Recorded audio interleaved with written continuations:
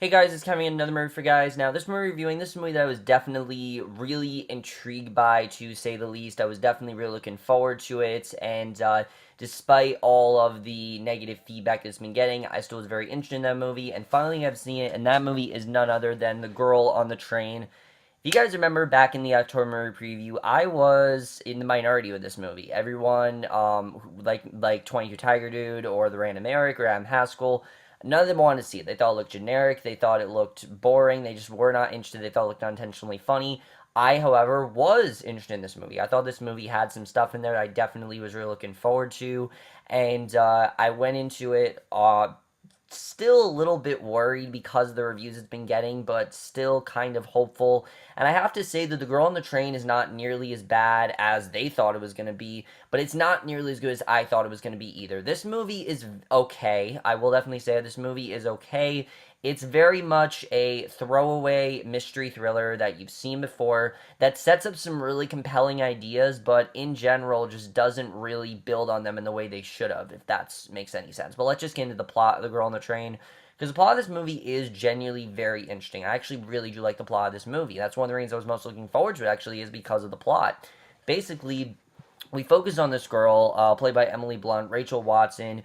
She is this very bad alcoholic who is very damaged and has a lot of problems, and she is basically obsessed with this couple. She spends most of her days on this train, basically, where she constantly looks at this couple, Scott and Megan Hipwell, who she feels is in a perfect marriage, which she's not. She's, divorced with her husband and everything. And one day, this girl that she's obsessed with, Megan Hipwell, who, like I said, she sees as everything that she wishes she would be, suddenly goes missing, and eventually Rachel finds herself in a missing person sort of case in which she is the prime suspect for possibly murdering Megan Hipwell, and that is the basic plot of The Girl on the Train overall, but there's a lot more to this movie than that. Let's just get into the acting so I can really get into what I liked about the movie. So the one reason I was most interested in this movie is not because of the plot or because of the way the movie was done, it's because of the cast. I just thought with a cast this good, the movie could not be bad. It just, the cast was good enough for the movie to be really good, and I have to say that is definitely the case. The cast is by far the best thing about this movie. In fact, Emily Blunt, specifically, is, I think, the best thing about it, because her character, Rachel Watson, could come across as very one dimensional, which she kind of is. The way she's written is very one dimensional, but Emily Blunt did a really good job at really getting into this role, and they set her character up to be very interesting overall. I mean, this is someone who constantly is just analyzing this couple and wishing she could be like them, and talks about their life and things like that, and how she spends her day on the train, and just a very intriguing character the way that was done. You really do care for her. She's this alcoholic and she has a lot of problems, but at the same time, you really can understand where she's coming from. So I thought overall she did a really good job with that. And Emily Blunt in this movie had some absolutely incredible scenes. I really thought she did a really great job here. Some people said she's even Oscar worthy. I wouldn't go that far, but she really did give a great performance. I think even some of the scenes where she's given ridiculous stuff to do, which I'll get into, I think overall she did a really good job. I really love what she had to do in this movie, and it honestly might be one of my favorite performances I've seen from any actress this year. She really did do a great job here, and I never thought she was too over the top. I really found her to be very believable. You understood why she felt that way, and you also understood her obsession with Megan, and what her obsession was there. I thought was really well done. I thought overall she did a really great job. The problem is the rest of the actors in this movie, while good, are nowhere near as good as her. Haley Bennett as Megan is a very interesting character. Unfortunately, she does not have a ton to do in terms of, interesting stuff. I just found her character to be very, very plain, and I get that that's the point, that she's supposed to be pure and everything, but she just wasn't that interesting to me. I found her to be very basic, and there just wasn't really anything interesting about her, and it kind of sucks when the movie, she's, such a big part of the movie, and she is, the sole, basically focus of this movie, is a lot of it is on her. I just found her to be a very uninteresting character. Now, there are some things with her that are very interesting, like how she doesn't feel like she has any spark in her marriage or things like that, but they don't really dive deep into it like she should. And Haley Benn in general, I just felt was very generic in the role. She didn't really seem like she was into it. Rebecca Ferguson, I thought, was really good in this role as Anna, who is the person that Tom cheated on when that caused him and Rachel to get a divorce. And I thought overall she did a really good job. I like the hatred that Rachel has for her, but you also understood that Anna is a real person. I thought overall she was really good here. She definitely did do a very good job. So these three women, a lot of the movie is riding on them. Blunt is definitely the best of the three, but Ferguson is good. I just thought in general their acting was a lot better than what their characters gave them, which we'll get into. Now, Justin Theroux is an actor that I really, really do like. You guys know that I'm a huge fan of Leftovers. It's probably my favorite show on TV right now, and I think he's a very competent actor. He's very good at what he does. His character in this movie, though, as Tom, is ridiculous. I mean, this is a very one-dimensional, just savage, basically just your typical alcoholic, beat down dick, basically. That's all he really is, and he's just here to be a dick. He's just here to cause problems, and I really did not find myself getting into his character, especially when a certain thing happens to him in the third act. I really lost interest in him. I wanted to like Justin Theroux in this movie, but I found him to be very, very one-dimensional, very predictable, and I just really was not a fan of him. So Justin Theroux was probably the worst in this movie, in my opinion. Luke Evans, I thought, had some good stuff to do. They just didn't really utilize him that well as Scott, who sort of becomes involved in stuff with Rachel, but not really. I thought overall he was okay. Allison Janney is great in this movie. I really liked her as a detective in this movie, who a lot of the best scenes in this movie is her questioning Rachel, would she actually kill Megan, things like that. I thought all of their stuff was very compelling, but again, they barely focused on her, so she only has about one or two scenes, and it kind of sucks. So she was one of the best parts of this movie, and the trailer made it look like she was going to have a lot of stuff to do, and she barely has anything to do, really. I mean, if I can recall, she had about maybe 10 minutes of screen time in the entire movie, and I found her to be very good in what she was great. The stuff she's great in, because, I mean, she's Allison Janney. She really can't give her a bad performance, but in this movie, I just felt that she was very, very snubbed. She could have a lot more to do, and unfortunately, most of what you see in the trailer is what she has to do in this movie, which kind of sucks. Edgar Ramirez I thought was good as well as Dr. Abdick, who, Megan is in an affair with. I thought overall he was okay too. Again, just not a ton to do. And that really goes to the rest of the cast in this movie. They're all very, very good, but they're just very underutilized. They don't have stuff to do, and that mainly is because of the way the directing and the screenplay is done, which let's get right into that. So like I said, the acting in this movie is really good. I think the actors really did try to do some good stuff with their roles, and honestly, even the ones that didn't work for me, they at least tried. Like Justin Theroux tried, Haley Bennett tried. I thought overall everyone definitely did try.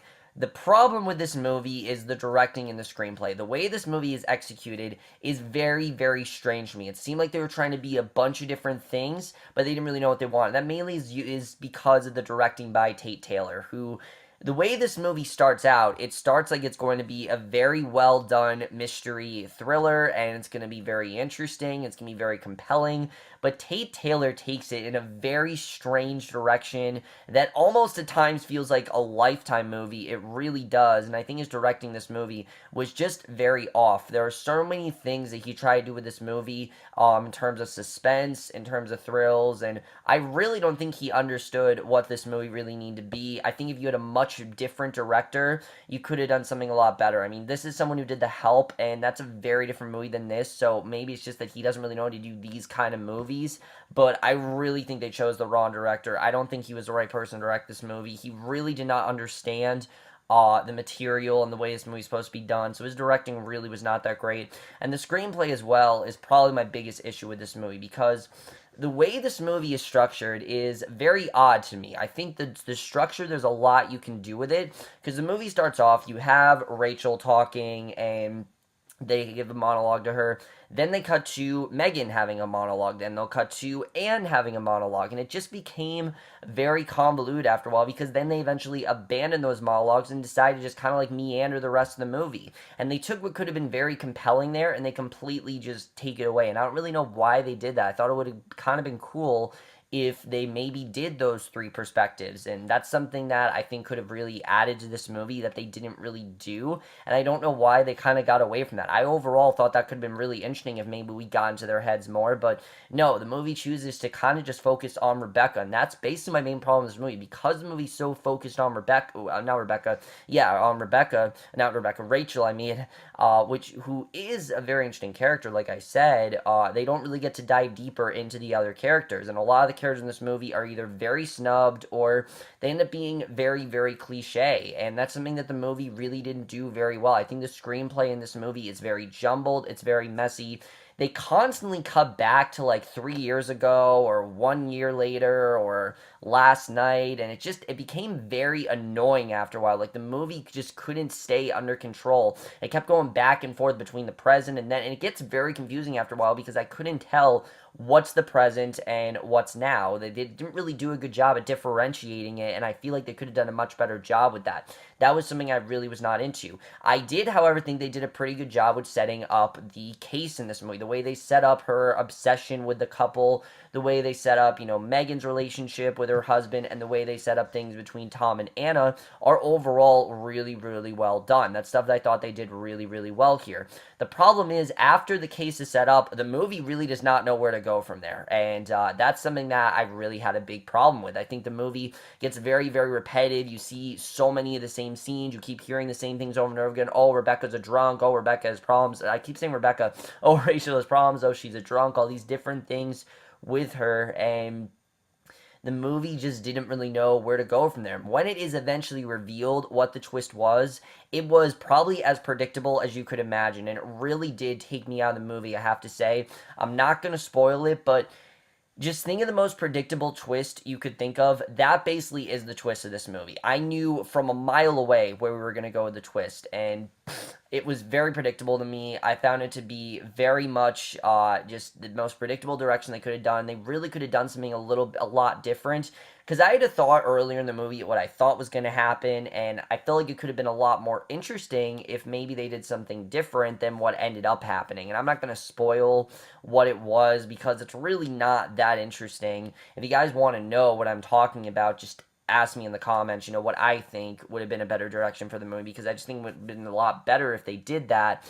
But unfortunately, the movie completely salvaged any kind of opportunity to be different or interesting. And after that twist, it really did take me out of the movie, I have to say. A lot of times I'm like, okay, it was a twist. I kind of saw it coming, but it worked, and it just did not work at all. I think it was completely the wrong direction for the movie. I don't really think it went for the rest of the story the movie was trying to tell, and it really did not work. And if you guys, I actually will talk about spoilers if you guys want to know about that. But the cinematography in this movie is good. I think the cinematography was overall very well done. Definitely a little bit too much of the filters and things like that. They definitely couldn't keep it under control. This is a movie where constantly Rachel's having visions and things like that and all this stuff that's going on. The cinematography was very convoluted at times, but I thought overall he did a pretty good job with it. I liked it overall. And the score by Danny Elfman is really, really good, I have to say. I think overall his score, he definitely did a good job with. I really did like the score of this movie. And the editing to this movie is very choppy. Like I said, they constantly are cutting back. I don't know why they keep cutting back to this day or that day or this day. I mean, a lot of the stuff they cut back to, we don't really need to see. We could have easily heard about, or just like a brief thing of. We didn't need all of these flashbacks in the way the movie wanted to do that. I don't really know why the movie was structured that way, and that really was one of my biggest complaints with this movie, is the way the movie was structured, which I really do think easily took me out of the film in the way it shouldn't have. And let me address the elephant in the room. This movie really is nothing like Gone Girl. I know constantly this movie has been compared to Gone Girl and things like that. I really did not get that from this movie. I found this to be a wannabe like Gone Girl. This wants to be a Gone Girl type film. And for the first act, I think overall it did a good job at standing out on its own. But like I said, in the second and third act of this movie, it really tries to be a bunch of different things, of many of which work and many of which don't. And there definitely is some compelling stuff in there, like what this movie has to say about pure love, and what the movie has to say about someone who's gone through tons of shit and things like that. And the way they even said the mystery aspect, there is some really great stuff in there. I think honestly, if the movie maybe would have had a more competent director and a much more better focus than the movie did, the movie really could have been something great. Honestly, not just good. I think it really could have been great. I mean, it's based off a book that I heard is great. I don't know why the movie isn't great, and I'm very surprised it didn't turn out nearly as good as it was. But now, very quickly, I do want to get to the spoilers in this movie, because I really do want to talk about what happened and what I wish should have happened. So if you guys haven't seen The Girl on the Train, you are interested, I would say check it out. I think if you're interested, an interesting movie. It's just the direction they go in. I personally didn't like. Maybe you guys will like it, but it really did not work for me. But I'd still say check it out. It's not a terrible movie. I definitely will say that. But if you guys want to watch the rest of my review, just wait for the spoiler tag to go off, and then I'll say my grade at the end, and then you guys will go from there. But let's get into the spoilers for this movie. So, very early on in the film, when they were talking about how Rachel is an alcoholic and how she showed up and there was like blood everywhere, she was going to confront Megan, I thought, okay, Rachel killed Anna. That's what I thought was going to happen. I thought they were going to reveal that Rachel killed Anna because she was jealous and she killed her out of jealousy or something like that, or because she wanted the baby for herself. That's what I thought. Then I thought that, okay, maybe she killed Megan, because think about it. Megan was everything Rachel wanted her to be. Megan seemed like she had her shit together. Megan seemed like she had a loving husband. It just seemed like everything was going so great between Megan and Scott to Rachel, when she didn't know that Megan actually didn't really like Scott that much, that they really didn't have much of anything, that Megan constantly cheated on him. That was something I thought could have been really compelling if Rachel would have been the one to actually kidnap Megan or something like that, because she wanted to be like Megan and she doesn't understand why Megan had the life she did. Because, Rachel didn't know all the stuff that was going on with Megan. She only took Scott because she wanted to go more into their relationship. And unfortunately, the movie did the most predictable thing possible, and it made Tom the killer of Megan. Not only is Tom the killer of Megan, but no, he's had sex with basically every single female character in this movie, and it was completely ridiculous. I don't know why they decided to do that in this movie. Basically, every character in this movie ends up having sex with someone, and Tom in general, I found to be so boring after this. I found to be so aggravating, and I found to be just so predictable. Of course it would have been Tom. Of course he would have been the one to kill Megan. I don't know why they decided to go in this direction with him. And then the fact that Rachel killed him and Anna killed him, it just didn't really go with the rest of the movie. Especially Anna. Anna wasn't believing Rachel. Why all of a sudden did she believe Rachel? Didn't really make much sense to me. I don't really know why she didn't just believe her from the start. I mean, it just didn't really work in the way they wanted to, and it just felt very, very convenient with Anna getting away and Rachel and Anna now having this connection. I did like the way the movie ended with Rachel kind of restarting out her life, but